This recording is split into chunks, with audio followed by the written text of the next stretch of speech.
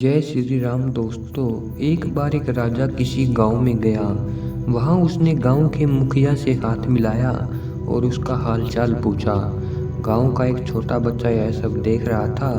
उसके दिल में यह ख्वाहिश हुई कि कभी राजा मुझसे भी ऐसे हाथ मिलाए और मेरा हालचाल भी पूछे। वह भूत लोगों के पास गया, उनसे पूछा, ऐसा तरीका कोई बताइए जिससे मैं राजा से हाथ मिला पाऊं और राजा मेरा हालचाल पूछे। सब लोगों ने उसका मजाक उड़ाया और कहा, तुझमें ऐसी कोई खूबी नहीं कि राजा तुझसे हाथ मिलाए। जब कोई दृढ़ संकल्प कर लेता है तो उसका संकल्प अवश्य पूरा होता है। वह राजा घूमता घूमता एक महात्मा के पास पहुंचा। बहुत समय तक वह महात्मा की सेवा करता रहा। एक दिन महात्मा ने उसकी सेवा से प्रसन्न होकर पूछा, बताओ बेटा, क्या चाहते हो। लड़के ने कहा, महात्मा जी, मुझे और किसी चीज की जरूरत नहीं, मैं तो सिर्फ इतना चाहता हूँ कि राजा मुझसे हाथ मिलाए और मेरा हालचाल पूछे।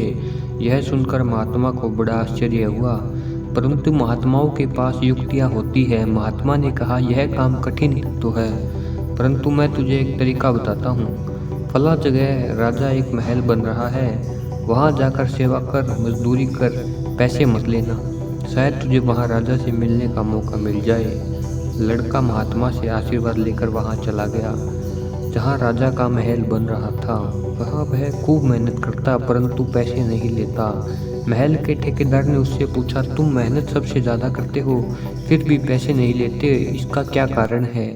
लड़के ने कहा कि किसी दूसरे आदमी का काम करता तो पैसे लेता, परंतु यहाँ तो मैं अपने ही राजा का महल बनवा रहा हूँ, फिर कैसी मजदूरी, मैं तो सेवा कर रहा हूँ। एक दिन राजा महल का निर्माण कार्य देखने आया तो ठेकेदार ने राजा को बताया कि यहाँ एक ऐसा लड़का है जो मेहनत सबसे ज़्यादा करता है, परंतु अपने काम के बदले में कुछ लेता नहीं।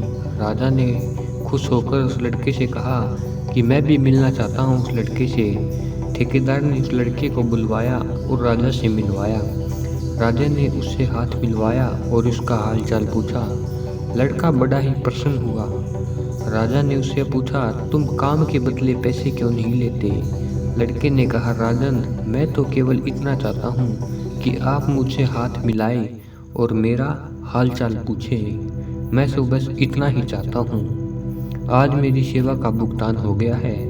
राजा ने ठेकेदार से कहा, इस लड़के को मेरे राजगृह भेज देना।